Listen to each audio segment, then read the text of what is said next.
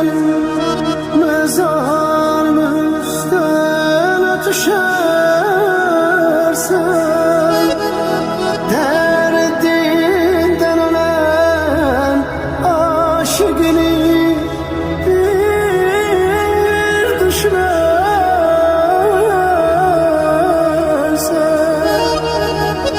bir gün güzel mezarımızdan düşersen,